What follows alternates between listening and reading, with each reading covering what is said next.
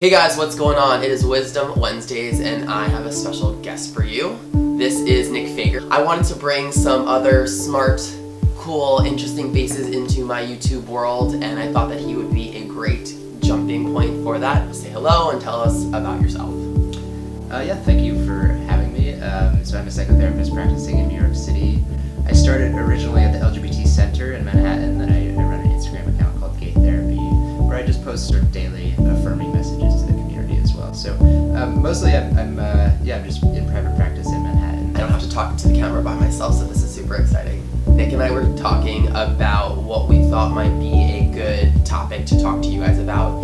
Naturally, we both agreed dating apps were kind of a good place to jumpstart. There's all these topics. Shame comes up, isolation comes up, anger, rage comes up. The most important thing is what is happening right now in the community. How are those things contributing to these issues? The thing that I hear the most in therapy sessions is really a lot about these apps. You know, Grindr, Scruff, Growler, whatever it is, and are we aware of how they're changing our lives, and are we making sure that we're staying healthy on them? And I think a lot of people are actually feeling really isolated on the apps. I actually just did one of those polls on Instagram.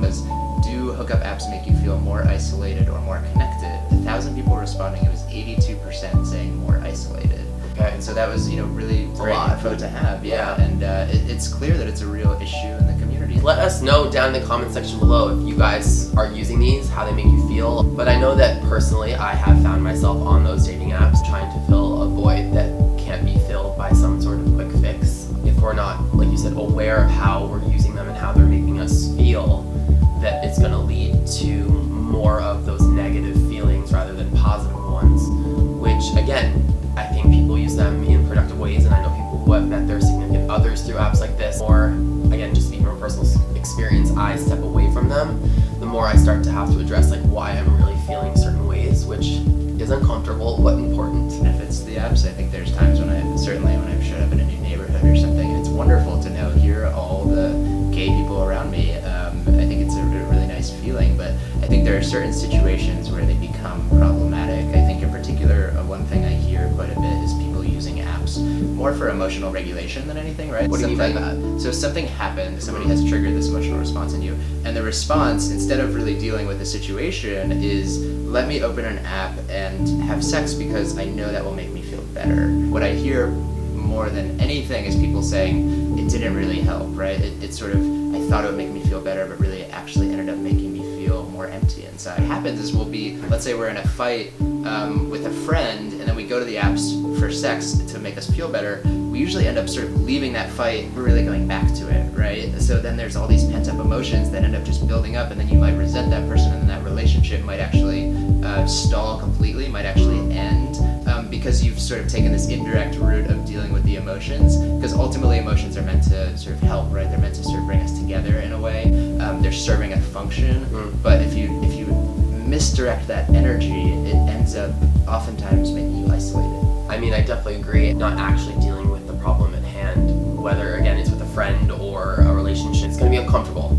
Communicate can be uncomfortable. That doesn't mean it's a bad thing. You're able to maturely address the problem. You're able to realize that you're probably feeling certain ways with that other person. Again, uncomfortable, but you can usually find a resolution by just talking it out.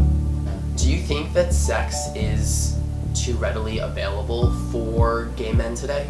I think it can go both ways. I think it's sort of a matter of just being conscious of what you're using sex for, right? Is it something that is just exploration and something that feels good and something where afterwards you feel better and it's really fulfilling you, or is it something that you're using to enact some sort of negative pattern and you can't really get out of it, right? I think it is healthy to have an active and safe sex life, but too many people I know, like you said, turn to sex for a quick fix rather than deal with emotions and feelings, and why men's mental health, again, no matter your sexual preference, is lacking and something that needs to be discussed more and more. I think this is a good place to wrap up this first kind of conversation about dating apps and kind of where we get to introduce Nick. Nick also has an exciting new business venture, so go ahead and tell the lovely people over on the YouTube world what that is. I realized that it was hard for people to find LGBTQIA therapists, doctors,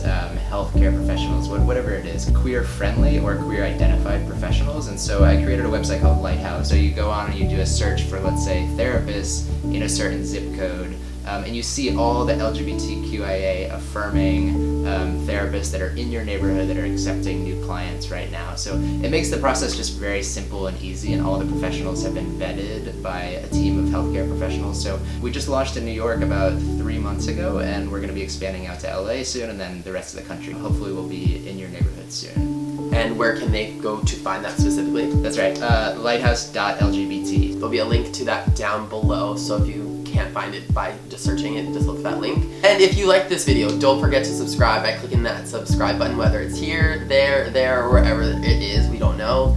If you have a question, a comment, please feel free to do so in the comments section below.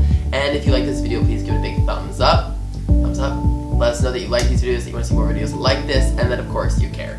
So until next time, I will talk to you guys soon. Much love, over and out. Give everyone a wink. There we go. Go ahead, winker. I know, me too. Bye guys.